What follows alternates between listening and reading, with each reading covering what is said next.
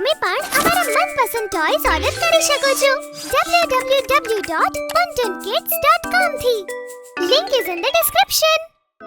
ભાઈના લગન. એક દિવસ ગટ્ટુ અને ચિંકી સ્કૂલેથી ઘરે આવે છે અને જુએ છે કે તેમના કાકા ઘરે આવ્યા હતા અને પપ્પા સાથે લિવિંગ રૂમમાં બેઠા હતા. તેમને જોતા જ ગટ્ટુ અને ચિંકી તેમને ભેટી પડે છે. અરે કાકાજી, તમે ક્યારે આવ્યા? તમને જોઈને મને ખૂબ આનંદ થયો. મને પણ કાકાજી, તમારી સાથે ગોલુભાઈ નથી આવ્યા?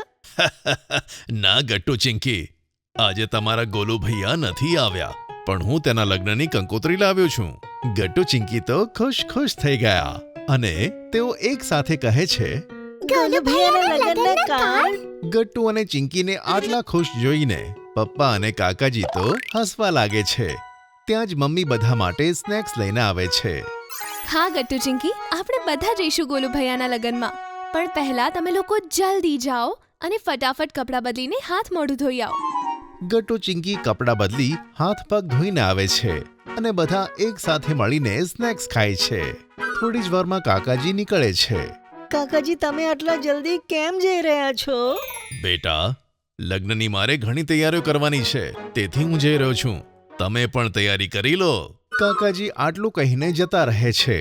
ગટ્ટુ ચિંકી પોતાના રૂમમાં જઈને પોતાનું કબાટ ખોલી નાખે છે અને કપડાને આમ તેમ મૂકે છે અને ત્યાં જ મમ્મી આવે છે. અરે ગટ્ટુ ચિંકી, શું કરી રહ્યા છો તમે? કપડાં કેમ આમ તેમ નાખી રહ્યા છો? મમ્મી, પેલી બ્લુ શેરવાની ક્યાં ગઈ? મને નથી મળી રહી. હવે હું ગોલુભાઈના લગ્નમાં શું પહેરીશ? હા મમ્મી, અને મારો પેલો પિંક ડ્રેસ ક્યાં છે? તે ખૂબ જ સુંદર છે. મને લગનમાં તે જ પહેરવું છે, તે પણ પિંક હેરબેન્ડની સાથે. અરે ગટ્ટુ ચિંકી, હજુ લગ્નને ઘણી વાર છે. અત્યારે તમે તમારા કપડાં ફરીથી કબાટમાં મૂકી દો તો ચાલો, અને ચિંતા ના કરશો. લગ્નની પહેલા હું તમારા કપડાંને બહાર કાઢીને તેને ડ્રાય ક્લીન કરાવીને પછી જ તમને આપીશ.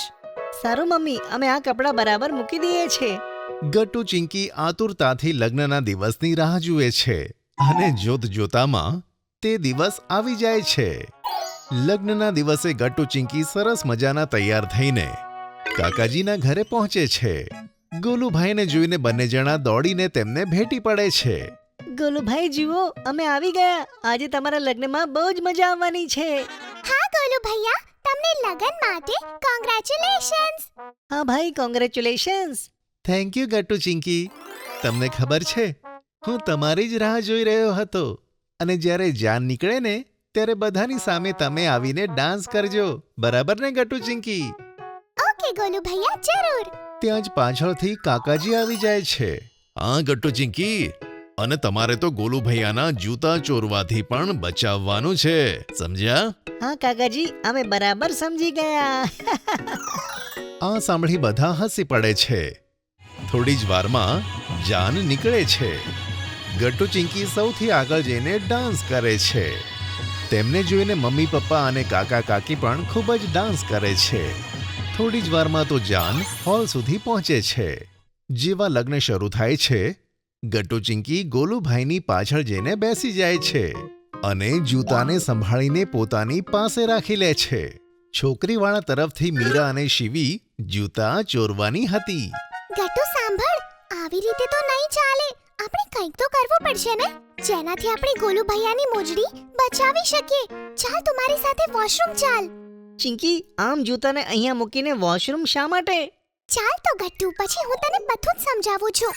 ગટ્ટુ ચિંકીની સાથે વોશરૂમ જાય છે અને જૂતા ત્યાં જ મૂકે છે. ચિંકી, આપણે અહીંયા કેમ આવ્યા? આમ તો મીરા અને શિવી સરળતાથી જૂતાને ચોરી લેશે. ગટ્ટુ, આ જ તો પ્લાન છે. આપણે બંને મીરા અને શિવીને મોજડી ચોરવા દઈશું. પછી અહીંયા છુપાઈને આપણે ધ્યાનથી જોઈશું કે તે લોકોએ મોજડી ક્યાં છુપાડી છે. ઓ ચિંકી, આ તો સરસ આઈડિયા છે. પછી શું હતું, ગટ્ટુ ચિંકી સંતાઈને મીરા અને શિવીને જોવા લાગે છે. તે બંને જૂતા ચોરીને ફૂલોના બાસ્કેટમાં મૂકી દે છે. લગ્ન થયા પછી મીરા અને શિવી ગોલુ ભૈયાને જૂતા આપવા માટે પૈસા માંગે છે. ત્યારે ગટ્ટુ ચિંકી હસવા લાગે છે. ગટ્ટુ ચિંકી, તમે હસી કેમ રહ્યા છો? તમારે તો મારા જૂતા ચોરવાથી રોકવાનું હતું. ગોલુભાઈ, તમારા જૂતા ચોરી થયા જ નથી, એ તો અમારી પાસે છે. આ સાંભળી બધા હેરાન થઈ જાય છે.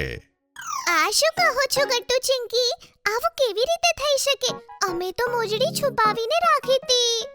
હા, મીરા અને શિવી, તમે બંને જ્યાં મોજડી છુપાડી હતી ત્યાંથી મેં અને ગટ્ટુએ તે મોજડી લઈ લીધી અને હવે તે મોજડી અમારી જોડે છે. આ સાંભળી બધા જોર જોરથી હસવા લાગે છે.